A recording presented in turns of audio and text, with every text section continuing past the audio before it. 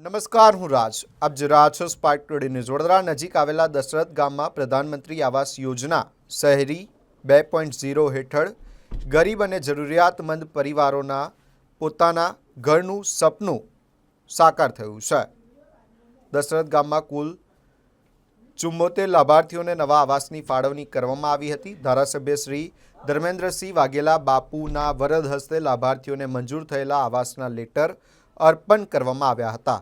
આ પ્રસંગે લાભાર્થીઓના ચહેરા પર પોતાના ઘરનું સપનું પૂરું થયાની ખુશી જોવા મળી હતી. લાભાર્થીઓએ આ સહાય બદલ પ્રધાનમંત્રી શ્રી અને ધારાસભ્યશ્રીનો આભાર વ્યક્ત કર્યો હતો. કાર્યક્રમમાં ભારતીય જનતા પાર્ટી ગુજરાત પ્રદેશ ઉપાધ્યક્ષ રસિકભાઈ પ્રજાપતિ, જિલ્લા પંચાયત સદસ્ય સુરેશભાઈ વસાવા, તાલુકા પંચાયત સદસ્ય સુનિલ પ્રજાપતિ, સરપંચ મહેશભાઈ, ડેપ્યુટી સરપંચ જયમીનભાઈ પટેલ સહિત ગામના આગેવાનો અને મોટી સંખ્યામાં ગ્રામજનો ઉપસ્થિત રહ્યા હતા.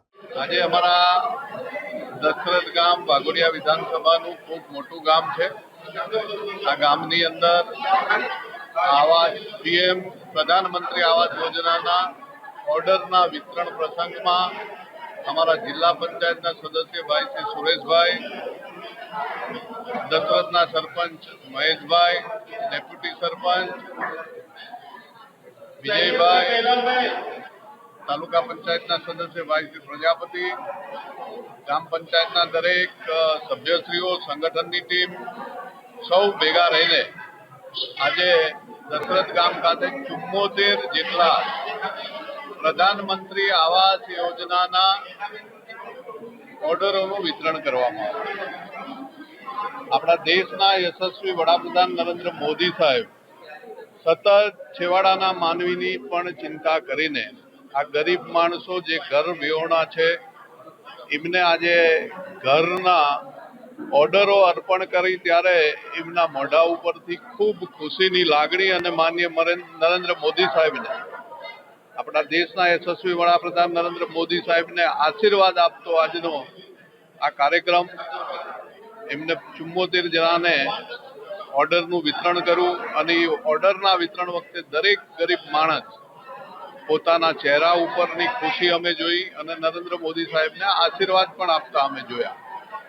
ખરેખર 4 લાખ જેટલી મોટી રકમ વુડાની અંદરથી પ્રધાનમંત્રી આવાસ અમારા 75 મંજૂર થઈ ગયા છે. બીજા 25 કરતા પણ વધારે મંજૂરીમાં બાકી છે.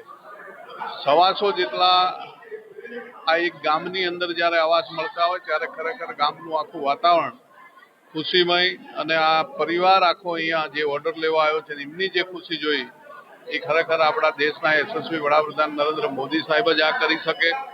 બીજા કોઈનું કામ નથી. 4 કરોડ જેટલા મકાન આપી ચૂક્યા છે. બીજા 10 કરોડ જેટલા મકાન આપવાનું પણ પ્લાનિંગ થઈ ચૂક્યું છે. એટલે હું દેશના યશસ્વી વડાપ્રધાન નરેન્દ્ર મોદી સાહેબનો આ તમામ લાભાર્થીઓ વતી ખૂબ ખૂબ હૃદયથી આભાર માનું છું. ભારત માતા કી જય. વંદે માતરમ.